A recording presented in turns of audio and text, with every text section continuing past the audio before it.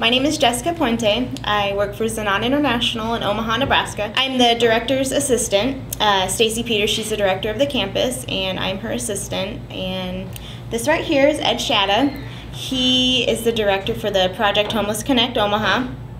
And I've been doing Project Homeless Connect with him for 2 years. I started in '08. That was the first one they did too, right? So every year I've been doing it, and it's probably my hugest passion for like the entire year. You contacted the school, and it just kind of, this was when I first started in the administrative office, and it just kind of got handed off to me, and I was like, okay. So I'm like, what do we need to do? Let's get some students, an educator. We always have to have an educator. So grabbed, I think it was 7 students. Had no idea what to expect. The first time we did it, we had a table like this, and there were shears, clippers everywhere, because we didn't know what to expect, but it worked. I mean, we did 200 haircuts that year with 7 people, so it was, I was just in awe. When I got in my car, I was just like, oh my gosh, that was the most rewarding thing I have ever done. Project Homeless Connect 2008, that day our students just, normally they do a haircut about every hour here at the school. They did a haircut literally every 15 to 20 minutes the entire time. They didn't even want to break or anything like that. So just seeing them do that was just like, I was just in awe with what they were doing, and I just stood there and watched them. And I mean, they didn't care. They had hair flying everywhere. We had this little tiny broom because we didn't bring a broom. So after the day was done, I'm like, okay, Ed, when's the next one? I mean, we just blew it out of the water for 2009. We did about 435 haircuts. Well, the statistics vary with regards to homelessness. I mean, last year they said that over 4,300 total went through the system at various times, not any one time. We had anticipated that there were probably, based on what we were hearing from the shelters here in Omaha, about 1,200 homeless, and we ended up with this year 430 documented, and probably another 70 that were just walk-ins. So we did a pretty good job of getting close to halfway with the homeless. I know the first year we had 318 homeless, so it was a big increase this year.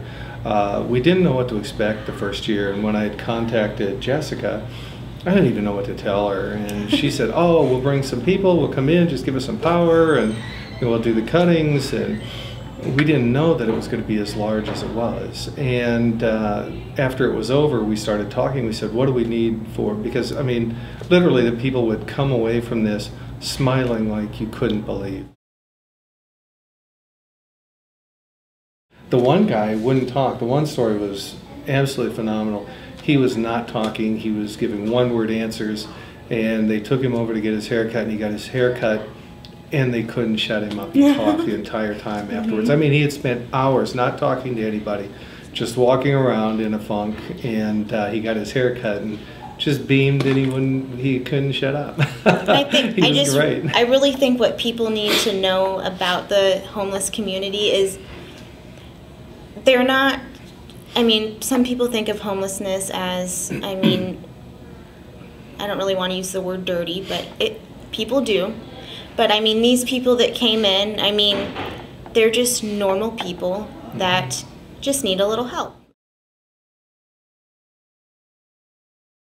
So it just has been one of my passions, just to help the community, regardless of how it is. And I mean, it's a haircut, and these people are needing to find jobs, and a lot of them, they need their haircuts. So being able to do that, and it's not, I mean, me doing the haircuts, I just organize it, and I'm so passionate about it that I get the right students to do it. I talk to them before they're going to go to the event so they know what to expect. Then they get all hyped up about it.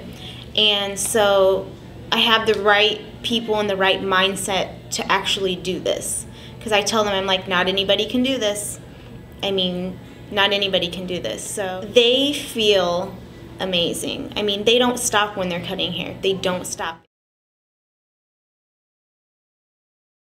I had talked to several salons about possibly doing the haircuts before I got to Xenon, and you know, they were very supportive of what we were doing, but they all said, "Oh, you want us to cut homeless hair?" And they all declined. And when she was about the third phone call I made, and she was all over it. I worked with the folks throughout the year, and the homeless were talking about it throughout the year, how great a feeling it was, and how neat it was to have gotten their haircuts, and you know, just the attention that they were given. And at one point there was a picture, and you looked at this picture while these people were getting their haircut, and I said to somebody, "Tell me who's homeless here." And you couldn't tell, right, looking at the haircut, the stylist versus the homeless, who really was homeless. You couldn't tell. They had done such a terrific job. I just wrote about how last year after I did it in 2008, I just kind of sat down and thought about what went on that day. Typed a little bit about it, but nothing like this year's. But just sitting down, thinking about what I did, what I witnessed.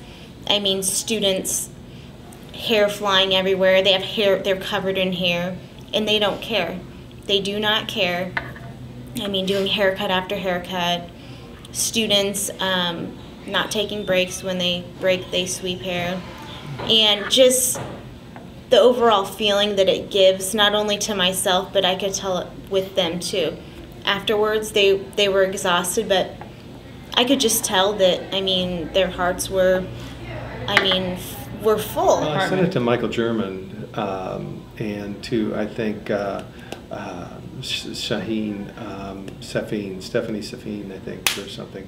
And they had wanted to know what was going on. In fact, the U.S. Interagency Council on Homelessness came out for this event this year. I mean, we've done a lot of firsts here in Omaha, and the haircutting one, setting it up like a salon, he was absolutely amazed, and he took notes. And so when we got the letter, it was a very moving letter from about their experience and at the event, and so I just forwarded it on to the folks. I think when you have that kind of feeling emitted by those kind of people, or by the people that are working there, that needs to be shared, and people need to understand how moving this experience can really be.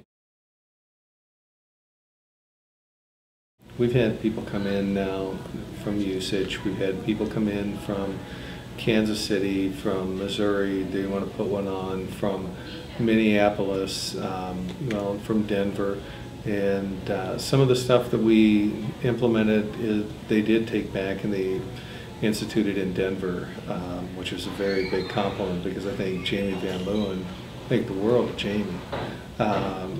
And you know, they spent the time here to see what's going on. And the students too, I mean, they're like, oh, let's go give samples, let's go do this. It just gets them in that giving spirit, and it's just awesome to see the way they interact with them. I mean, just amazing. There was this one student that just would not stop. I'm like, okay, you need to take a break. She's like, okay, I'll take a break. She swept hair up on her break. So there were people who just came to get their hair cut. It was amazing. After last year, you know, they'd heard about, you know, there were certain areas that they wanted to go to. The dental was one, and the haircut was the other.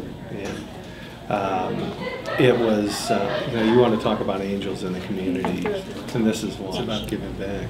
And when you've got a talent and you've got the ability to do something like what Jessica has, then giving it back to the community, it probably seems very easy for her, but to the rest of us, we're just amazed, absolutely amazed.